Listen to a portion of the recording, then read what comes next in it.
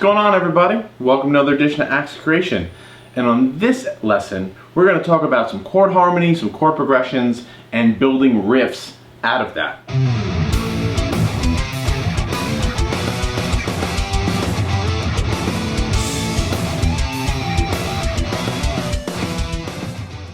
This week I wanted to talk a little bit about some chord progression and some chord harmony, and again, how we can kind of build that to build some riffs and some ideas. Okay, so before I kind of break down what I was playing, I just want to talk a little bit about how to build chords and some chord harmonies and how they're related, and chord scales, and we're not going to go through all of that, just a little bit of it. Okay, so the chords I was playing were E minor, B minor, and G. Not in that order, but those were the three chords that I was using.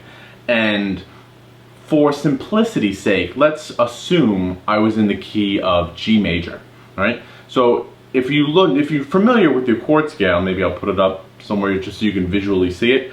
Those chord numbers would be the 1 chord, the 3 chord, and the 6 chord. Now, that's not really the important aspect. That's just going to help kind of understand or label everything, right? But if we spell out those chords, the main point I'm trying to get across is all three of those chords are kind of the same harmony, right? If you listen to the riff I played, or if I play those chords together, right? If I just play,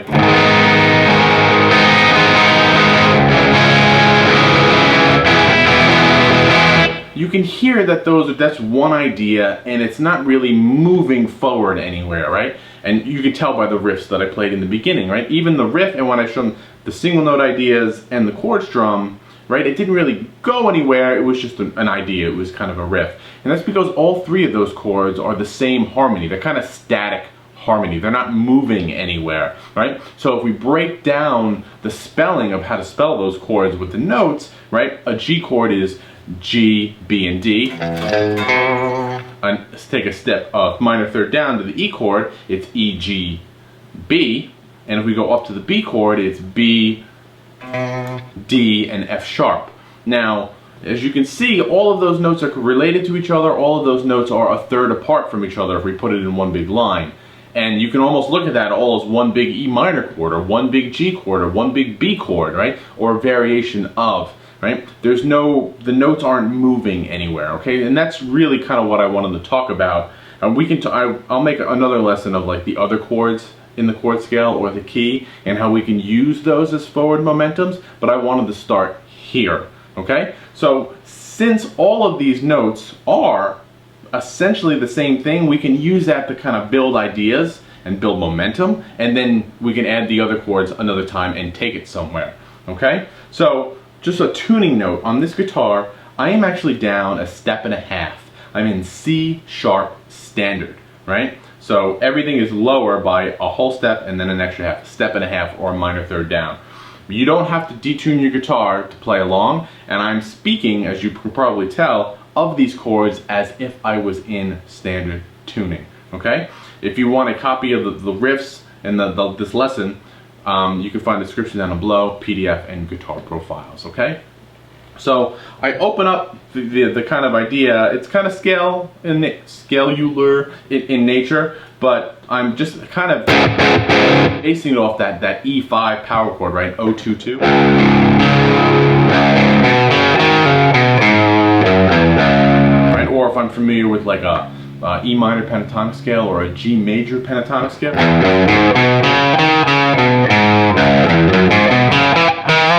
Right? It's very in that area what's going on. So I'm just climbing up. I'm playing the low string, and then 2-5 on the A, and then 2-4 on the D string. And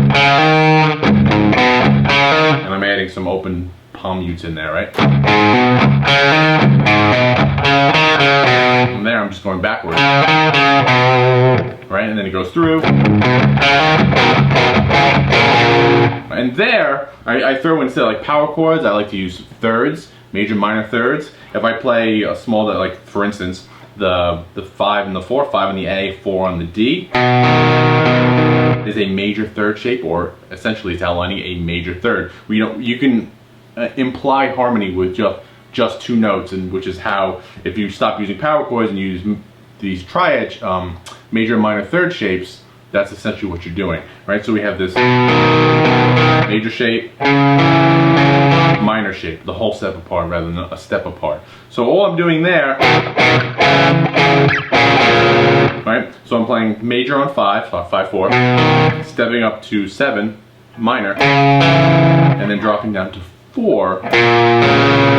And if you notice, if you listen to the riff, that note right there has tension, right? All of a sudden you're like, whoa, what's going on there? And then it resolves and it starts over. And it's thrown at the end. You always try to put your tension at the end, and then it resolves to the riff again. And if you look at that note, it would be C sharp.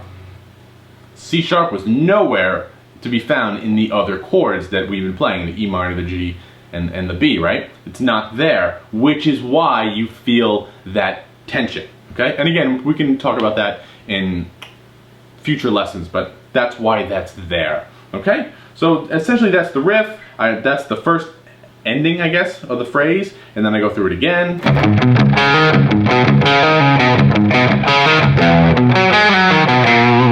And there I'm just outlining, you know, of your add 9, which if you watch the suspended chord lessons that I posted last week, that's the same chord, okay? And that's just 3, 5, 7, 4.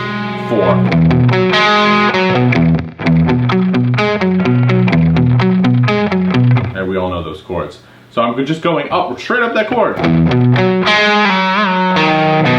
then I'm just outlining like a little D major triad here. Right there, 2, 4, 5.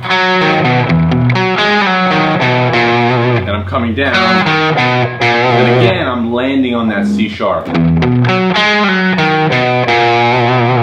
Okay, so note.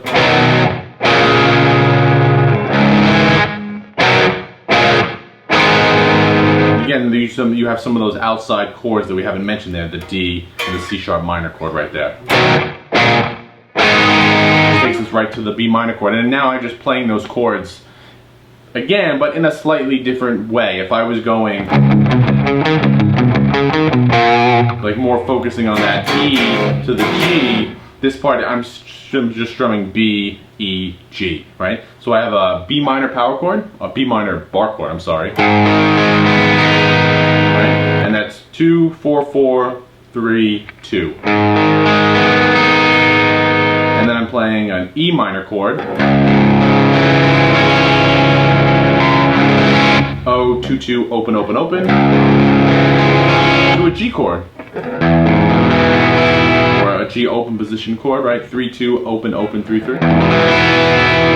And then on the second time, I'm just a variation of that. Instead of this, I played the 9. Which is really nice. And then instead of playing the G chord, I play.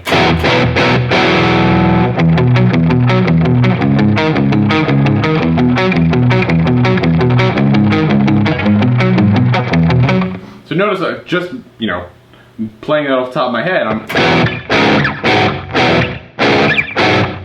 all of those chords are essentially extensions of each other, right? It's a static harmony, we're not going anywhere, and that's a great way to kind of just build ideas, right? We don't have to have 8 different chords to come up with a cool idea. A lot of times great riffs are centered around one or 2 chords, right? Because the harmony doesn't move that much. It allows us to focus on the rhythm, on the groove, on the timing, and stuff like that. So hopefully you guys like this lesson. Again, you can find the lesson transcription down below in the description. PDF Guitar Pro, I'll tab out a bunch of different things. And as always, let me know what you come up with. So until then, I'll see you next time. Thanks a lot.